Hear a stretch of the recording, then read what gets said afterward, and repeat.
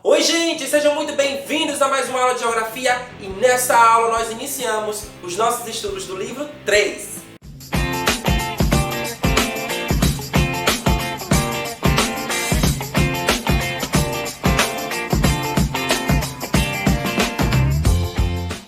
E no vídeo de hoje nós vamos falar de onde vêm as coisas, né? Parece uma pergunta meio boba, uma pergunta de curiosidade, mas se a gente for pensar, né, de onde vêm as coisas, é uma pergunta que pode nos dar respostas muito amplas. De que coisas estamos falando?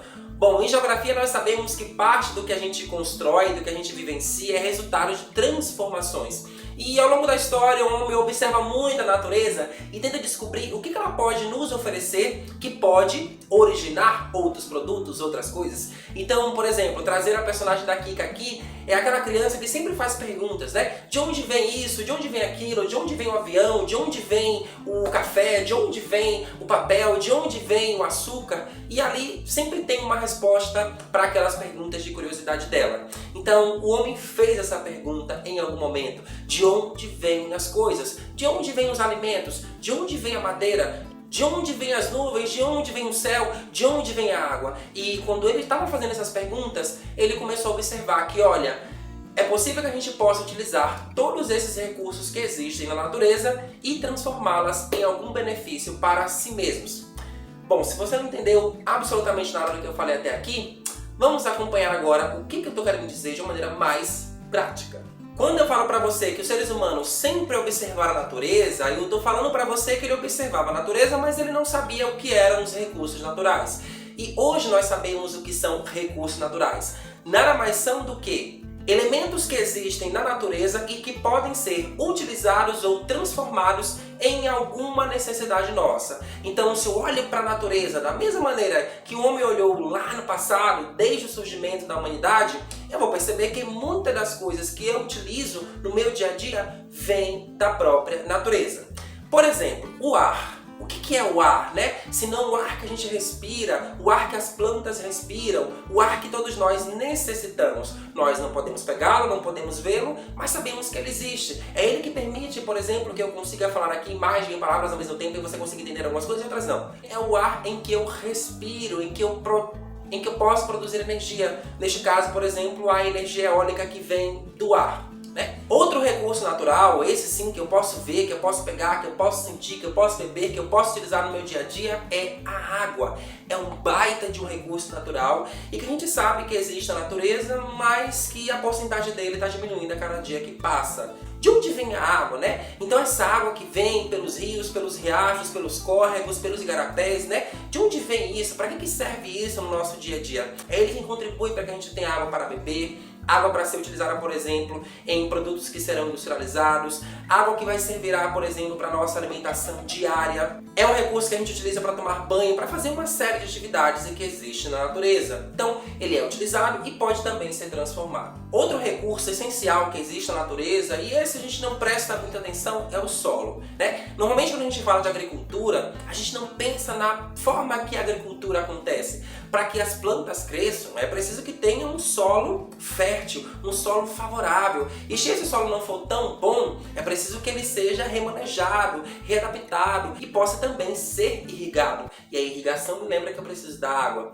Veja, o solo é o que dá o alimento, não só isso, mas é que dá também a sustentação aos rios, por exemplo, às árvores, às montanhas, a lugares mais altos. É um recurso que existe, pode ser utilizado, pode ser transformado e que é essencial para nós, seres humanos, também. E um outro recurso que existe na natureza também, que nos ajuda muito na produção de energia, é o sol. Veja que quando o sol aparece, nós realizamos uma série de atividades. Ele é fonte de luz e calor. Ele pode contribuir também para a energia solar, né, que vai contribuir para uma melhoria do planeta, né? Então veja que é um recurso que também existe na natureza. Eu posso utilizá-lo no meu dia a dia. Eu posso evitar acender todas as luzes, por exemplo, durante o dia, se a minha casa for bem iluminada. Ele pode contribuir muito para o nosso dia a dia. Então veja, recurso natural, para relembrar, é tudo aquilo que existe na natureza e eu posso ou transformar ou reutilizar para atender a alguma necessidade minha. Bom, agora que você sabe o que é um recurso natural, não sei se você percebeu aí, mas eu falei muito as palavras utilizar e transformar. Se eu falo utilizar e transformar, eu estou falando que eu vou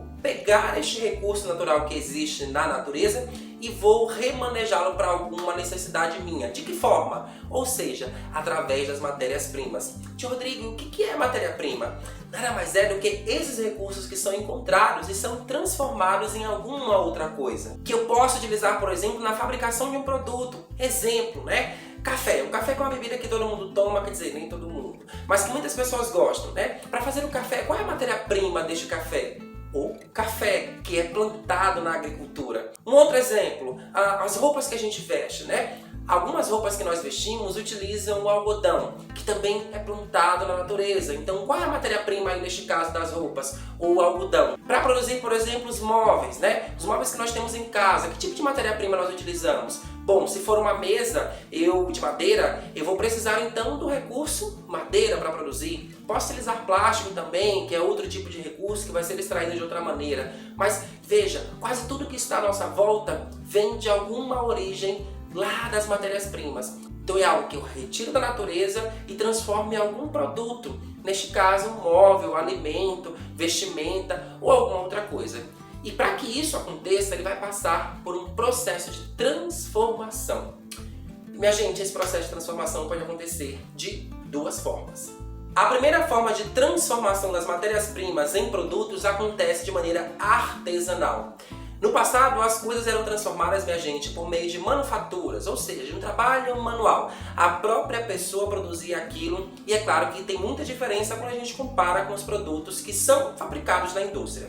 Então, a maneira artesanal, normalmente, utiliza o recurso que existe na natureza, mas é a própria pessoa quem transforma. Então, não tem tanta mão de obra, né? Não tem tantos equipamentos e tantas máquinas para fazer esse serviço, né? Você consegue, no caso dos alimentos, produzi-los de maneira mais orgânica, sem utilização, por exemplo, de tantos equipamentos industriais e de tantos corantes e tantos conservantes que agora. Outra diferença que tem com relação ao trabalho nas fábricas é de que essa produção demora mais para acontecer. As etapas de produção são mais demoradas. Isso porque eu acabei de dizer, não tem tantas pessoas trabalhando, não tem tantas máquinas também ali no serviço. E então, como é algo pessoal, individual, a pessoa pode até um outro ajudante, dificulta que esse processo seja mais rápido. Isso não vai acontecer, por exemplo, no processo industrial. Porque na indústria você precisa de muitas pessoas, em alguns momentos precisou-se de muitas pessoas para trabalhar nas indústrias, mas ultimamente não se precisa de tantas pessoas para realizar esse trabalho porque as máquinas ocuparam. Então a primeira grande diferença é que não é só uma pessoa que utiliza a produção, que faz aquela produção acontecer, mas sim as máquinas. E se existem máquinas trabalhando, esse processo vai ser muito mais rápido. E consequentemente, tendo um processo mais rápido, teremos mais produtos fabricados. Então essa é uma grande diferença. No trabalho artesanal você consegue produzir 1, 2, 3 ou 4 produtos em um determinado espaço de tempo.